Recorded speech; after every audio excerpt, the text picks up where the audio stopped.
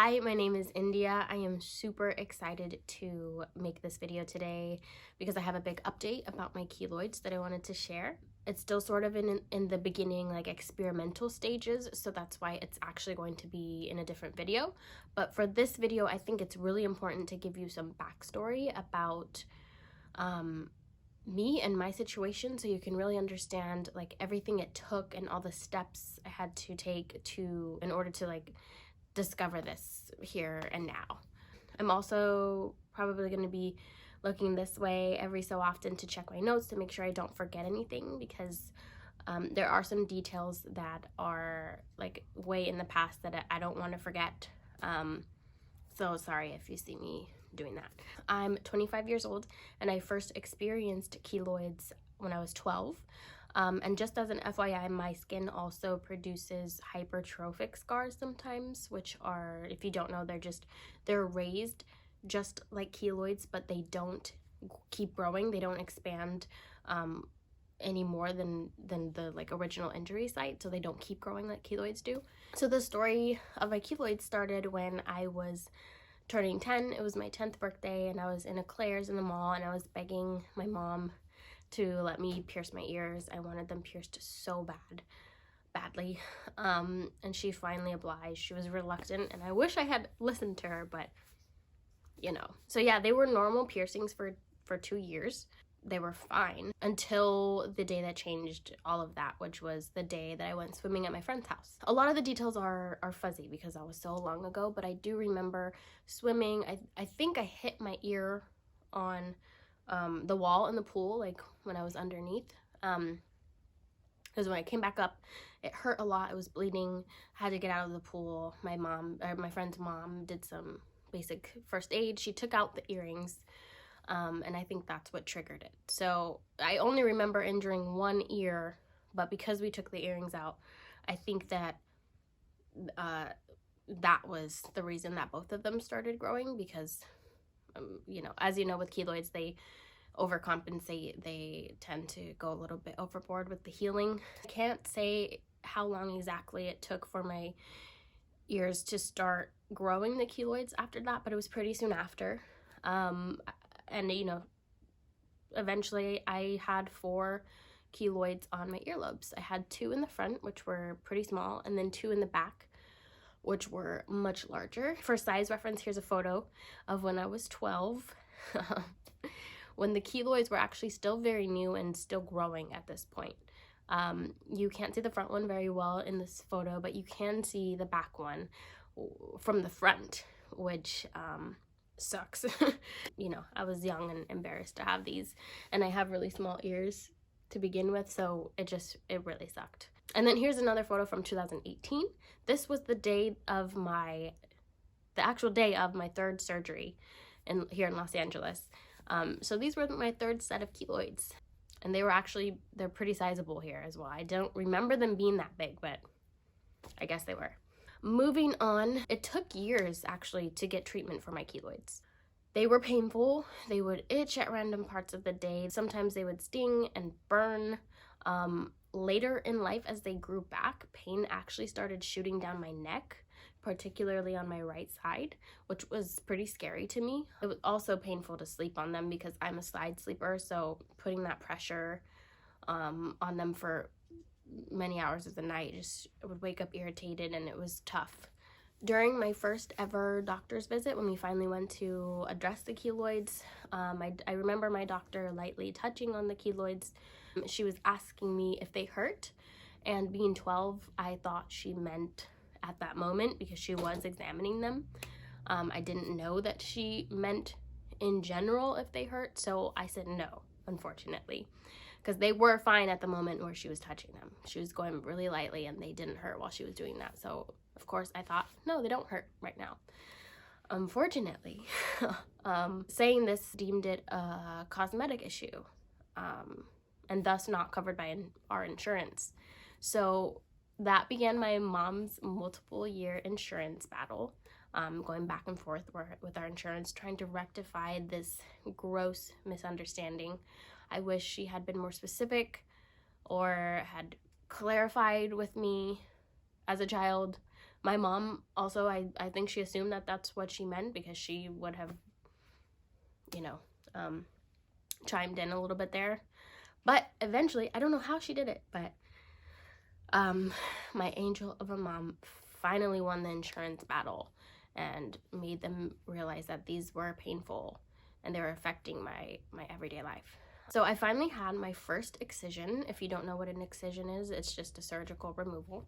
I had my first one around the end of 8th grade and the beginning of 9th grade. After the surgery, the only aftercare instruction were to put like pressure earrings or really strong magnets on them to prevent regrowth. Not only do I think that this advice is a bit outdated, but that constant pressure was really difficult to sustain because it's painful. Regular pressure earrings is not much pressure at all. So we actually found these pretty strong magnets to put on. They sort of look like gauges. I'll put a photo in. We had different shapes, but that was like, we did the square ones because it was covering the most surface area. But they were really painful. They were so strong, so I couldn't go more than like maybe 30 minutes without having to take them off. So I would like take them off and put them back on throughout the day at school, and it was just really frustrating and painful in itself. So they eventually did grow back, and it was about after about a year. Around this time, my mom actually found another surgeon, a really great surgeon. This was when I had my first steroid injections. My keloids were close to around the same size as they were initially, so needless to say, getting these injections was extremely painful.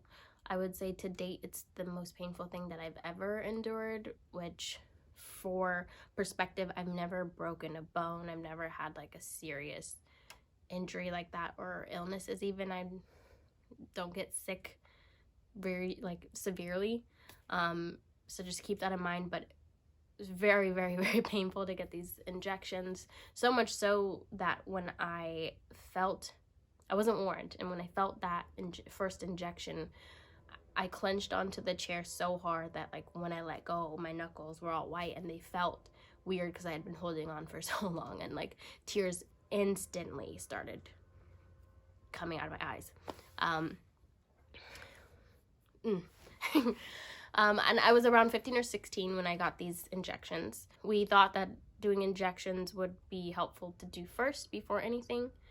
They ultimately did not help with the size or like bulkiness, but I found they did help with the pain a little bit for a few months.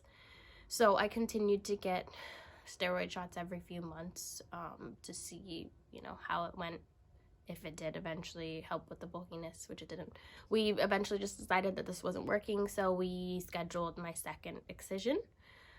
And the only thing that this surgeon really did differently, besides it being me being awake, I was not put to sleep for this one, just had local anesthesia, which is freaky.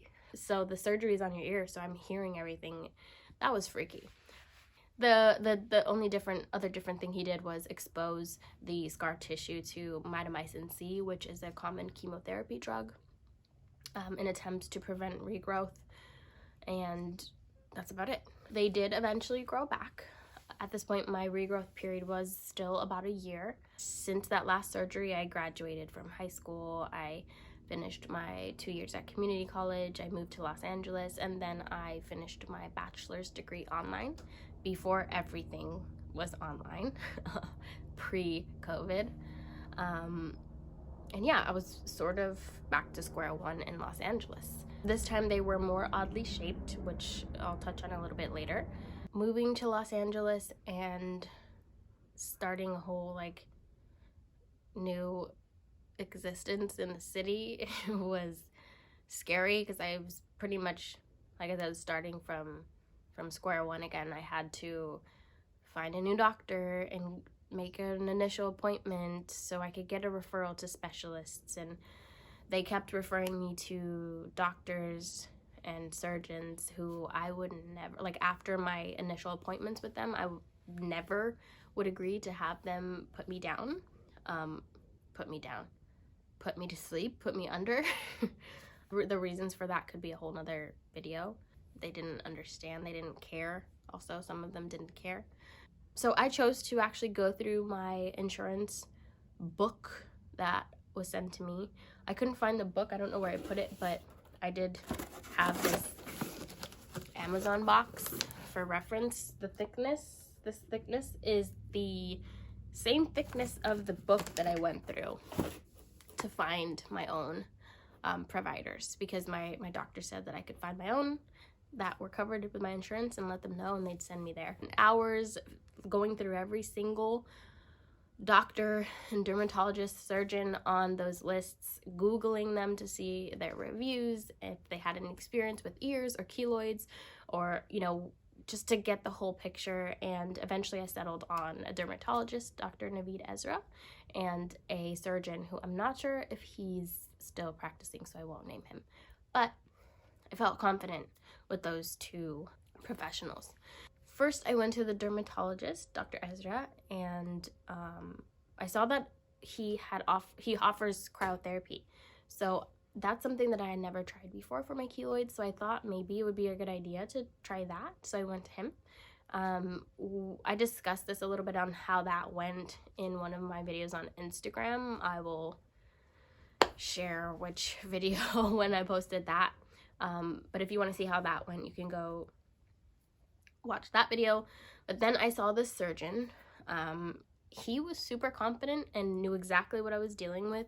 He understood that it was painful and that the end goal was really not cosmetic. It's just, I just want this resolved so I don't have to deal with it again and don't have to deal with shooting pain in my neck at random times of the day. And I was excited to get my third and hopefully last excision. So we scheduled that. To try to make this long story shorter, I had them removed for the third time. I had a few rounds of my favorite steroid shots afterwards, like staggered with the next 6 months after surgery to try to prevent regrowth again. And I didn't expect this, but the surgeon actually removed like my entire earlobe. You can see, like, there's no lobe here anymore. But I actually think that that's the key, because my first two surgeries were sort of centered around preserving the earlobe and making it look like an earlobe.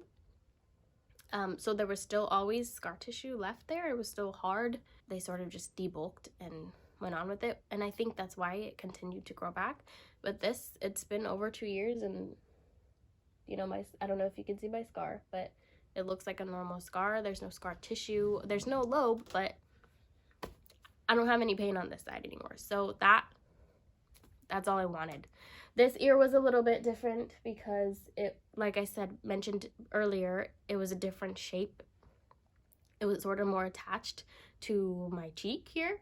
So he couldn't do the same thing, which eventually led to almost 2 years later, this one starting to grow back again.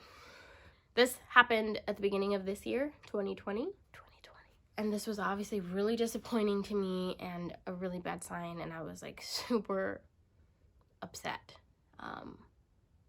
after going through all this. It's like there's no real solution, right?